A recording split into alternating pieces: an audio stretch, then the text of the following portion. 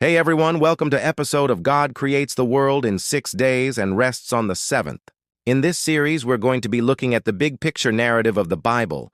We'll look at major characters, key themes, and important events that you should know about. So if you're ready to get your mind blown as we see how the pieces of the puzzle all fit together, then let's dive right into it.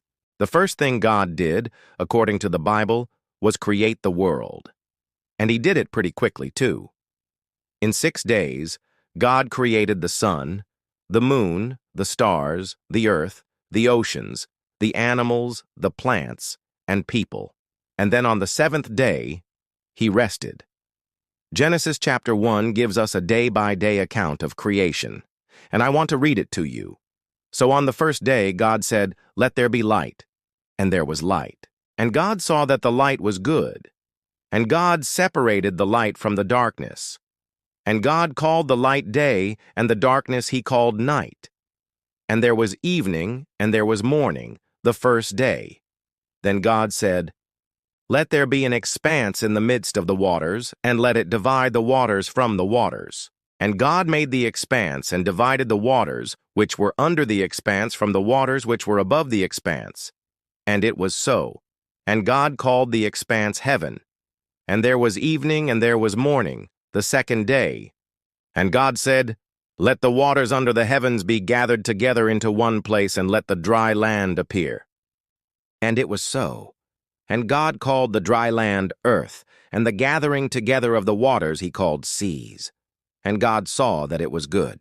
Then God said, "Let the earth bring forth vegetation, plants yielding seed, and fruit trees bearing fruit according to their kinds, each thing that yields seed on the earth." And it was so.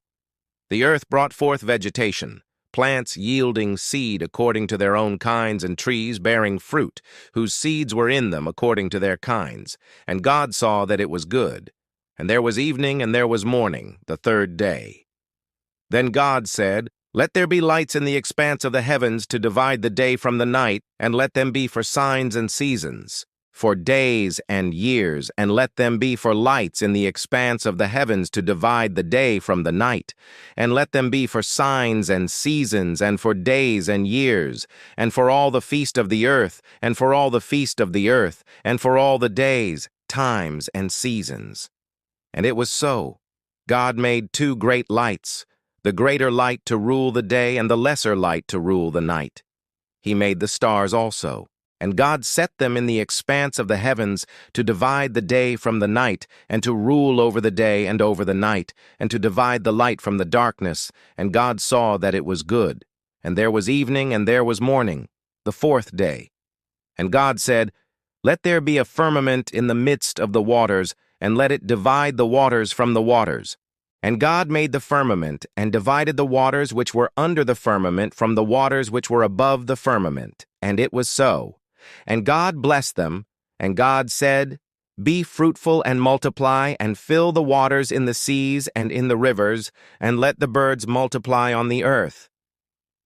And it was so. The fifth day. Then God said, "Let the waters teem with swarms of living creatures, and let birds fly above the earth in the open spaces." So God created the great sea creatures and every living thing that moves and swarms in the waters according to their kinds, and every bird according to its kind. And God saw that it was good, and God blessed them. And God said to them, "Be fruitful and multiply, and fill the waters in the seas, and let the birds multiply on the earth." And there was evening, and there was morning, the sixth day. Then God said, "Let us make man in our image according to our likeness.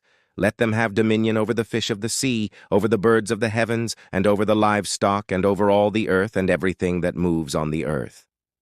So God created man in his own image. In the image of God he created him. Male and female he created them. Then God blessed them, and God said to them, "Be fruitful and multiply, fill the earth and subdue it, and have dominion over the fish of the sea, and over the birds of the heavens, and everything that moves on the earth."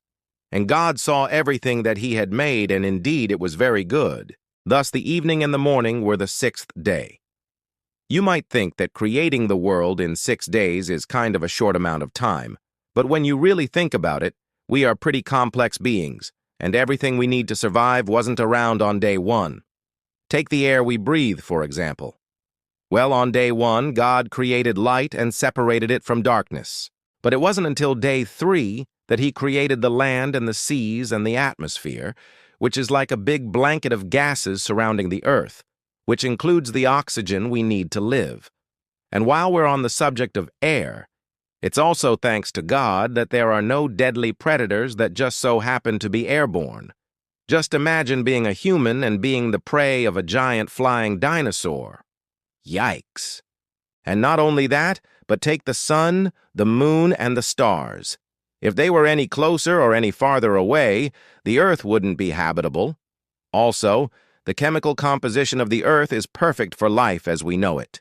There aren't many places in the universe where the conditions are just right for life. So it really is amazing that God created all these things in just 6 days.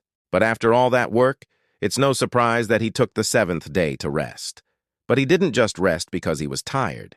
The act of resting on the 7th day was a way of acknowledging that everything was finished and complete, perfect and good. And it was a type of holy obedience for Israel, who would later follow God's example and observe the Sabbath. So what can we learn from this? Well, first, we can see God's power. He created everything, and he did it in a very short amount of time. Second, we see God's wisdom. Everything he made was purposeful and it was good. And third, we see God's character. He's creative, he's powerful, and he's also kind and compassionate, giving the world time to rest before bringing judgment on it in the following chapters. Thanks for watching, and see you next time on the Bible.